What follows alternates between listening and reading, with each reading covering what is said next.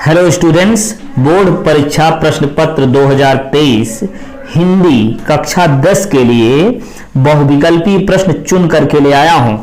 इसमें हम 20 प्रश्न बहुविकल्पी करेंगे। इसमें से आप लोगों को कम से कम 5 से 7 प्रश्न इसी में से मिल जाएंगे। चलिए शुरुआत करते हैं। पहला प्रश्न, लहरों का राजहंस किस विधा पर आधारित रचना है? ऑप्शन है कहानी, नाटक, उपन्यास, जीवनी।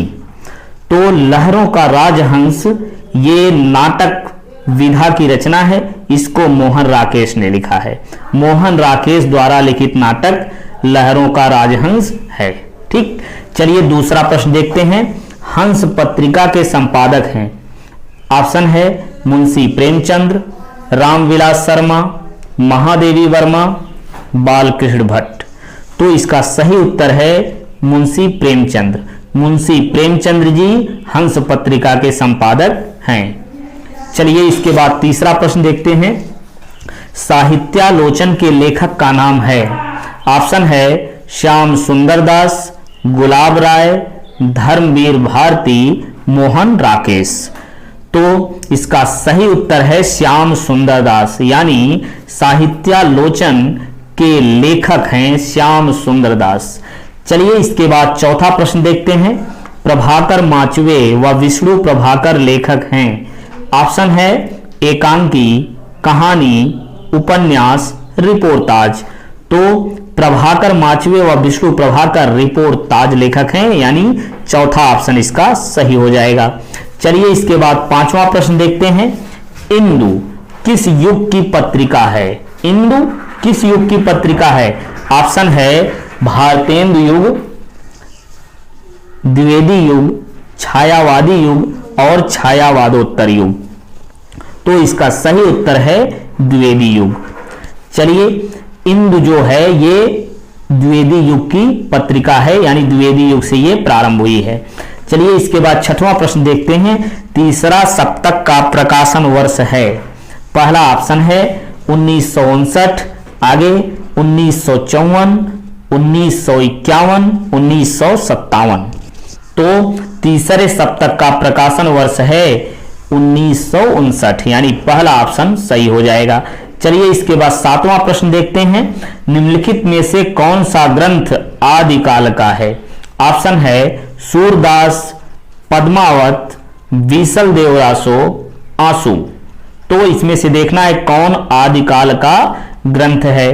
तो आदिकाल का ग्रंथ कौन सा है? बीसल देवरासो। बीसल देवरासो किसने लिखा है? नरपति नाल ने। इनको नरपति नाम से भी जाना जाता है। तो इसका ऑप्शन कौन सा सही हो जाएगा? तीसरा वाला। चलिए इसके बाद आठवां प्रश्न देखते हैं। रसखान कवि का प्रारंभिक नाम है? ऑप्शन है सैयद मिर्जा, दूसरा सैयद इब्राहिम, सैयद जैनो, सैयद रहमान। तो इसका सही ऑप्शन है कौन सा? सैयद इब्राहिम। रसखान कवि के प्रारंभिक नाम क्या थे? क्या था? सैयद इब्राहिम। ठीक, सैयद इब्राहिम के नाम से उनको प्रारंभ में जाना जाता था। चलिए इसके बाद नौवां प्रश्न देखते हैं। नौवां प्रश्न क्या है? तुलसीदास जी के रामलला नहचू की रचना लोकगीत की किस शैली में की गई है? ऑप्शन है सोहर शैली, विवेचन शैली, विवरणात्मक शैली और मुक्तक शैली। तो तुलसीदास जी के रामलला नहचू की रचना सोहर शैली में की गई है। किस लोकगीत की शैली? ये सोहर शैली में की गई, यानी पहला ऑप्शन इसका सही हो जाएगा। अब इसके बाद देखते हैं 10वां प्रश्न। श्री कृष्ण गीतावली में तुलसीदास जी ने 61 पदों में किस कथा का मनोहारी चित्रण किया है? ऑप्शन है श्री कृष्ण कथा, श्री राम कथा, श्री हनुमान कथा, श्री ब्रह्मा कथा। तो इसका ऑप्शन हो जाएगा कौन सा सही? श्री कृष्ण कथा। श्री कृष्ण गीतावली में तुलसीदास जी ने 61 पदों में श्री कृष्ण कथा का मनोहारी चित्रण किया है। चलिए इसके बाद 11वां प्रश्न देखते हैं। निम्नलिखित में कौन सा रस है? हाय रुक गया यही संसार, बना सिंदूर अनर अंगार, है ना। हाय रुक गया यही संसार। ऑप्शन है वीर रस, श्रृंगार रस, भक्ति रस और करुण रस। तो इसमें स्पष्ट दिख रहा है, हाय रुक गया यहाँ संसार, तो इसमें करुण रस होगा। ठीक, करुण रस का स्थायी भाव क्या है? शोक। चलिए इसके बाद देखते हैं 12वां प्रश्न, चरण कमल बंदो हरिराई में अलंकार है। ऑप्शन है उत्प्रेक्षा, श्लेष, रूपक, अतिशयोक्ति। तो चरण कमल बंदो हरिराई यानी इसमें कौन सा अलंकार है? रूपक अलंकार है। ठीक, तो चरण को ही कमल मान लिया गया है यहां। तो चलिए इसके बाद देखते हैं 13वां प्रश्न, सुन के वट के बैन प्रेम लपेटे अटपटे विषय से करुणा एन चिरो जान की लखन तन। इस उपरोक्त पद में कौन सा छंद है? इसमें छंद देखना है। तो ऑप्शन में है दोहा, रोला, सोरठा और वरवै। जब हम मात्राएं गिनते हैं तो क्या प्राप्त होता है कि पहले और तीसरे में 11 मात्रा, दूसरे और चौथे में 13 मात्राएं प्राप्त होती हैं। तो इससे स्पष्ट होता है कि यहां पर सोरठा छंद होगा। कौन सा छंद होगा? सोरठा छंद हो जाएगा इसमें। ठीक, तो हमारे सिलेबस में इसके अलावा रोला भी है, तो रोला को समझ लेते हैं।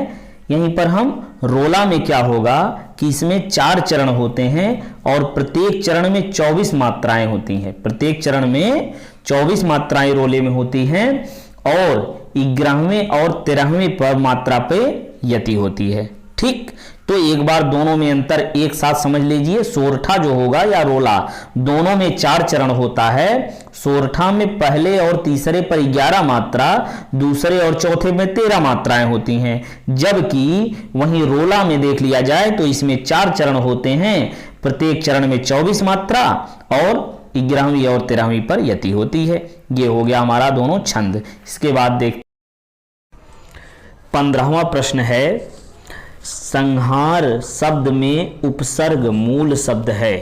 ठीक, उपसर्ग और मूल शब्द इसमें क्या है ये बताना है।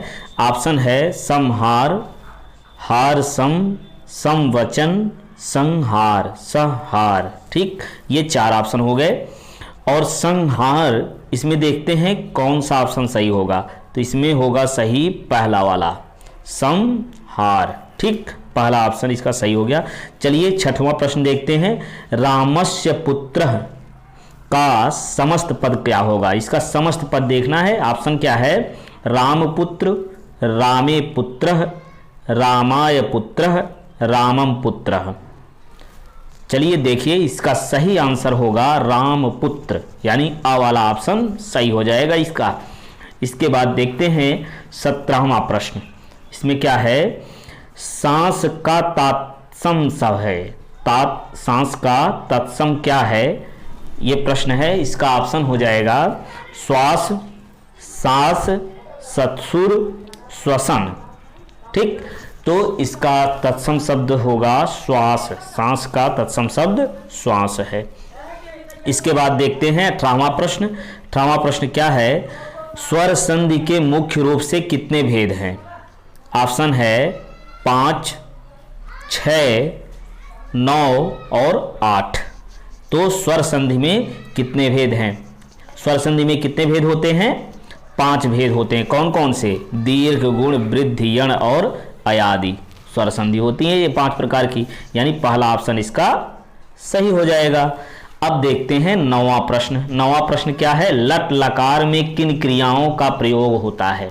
लट लकार में किन क्रियाओं का प्रयोग होता है? ऑप्शन है भूतकाल, वर्तमान काल, भविष्यत काल, इनमें से कोई नहीं। तो लट लकार में होता है वर्तमान काल का प्रयोग, यानी दूसरा ऑप्शन सही हो जाएगा। इसके बाद देखते हैं 20वां प्रश्न। इसमें है इकारांत स्त्रीलिंग शब्द मति का द्वितीय बहुवचन है। ठीक, तो इसमें ऑप्शन है मतिः, मतिः, मत्या, मति नाम। ये 4 ऑप्शन दिया हुआ है, इसमें सही हो जाएगा पहला ऑप्शन। इस प्रकार से हमने 20 बहुविकल्पीय प्रश्न को कर लिया है। इसको पढ़िए मेहनत से, ध्यान से देखते जाइए, क्रम से सब याद हो जाएगा। चलिए मिलते हैं नेक्स्ट टॉपिक में, नेक्स्ट वीडियो के।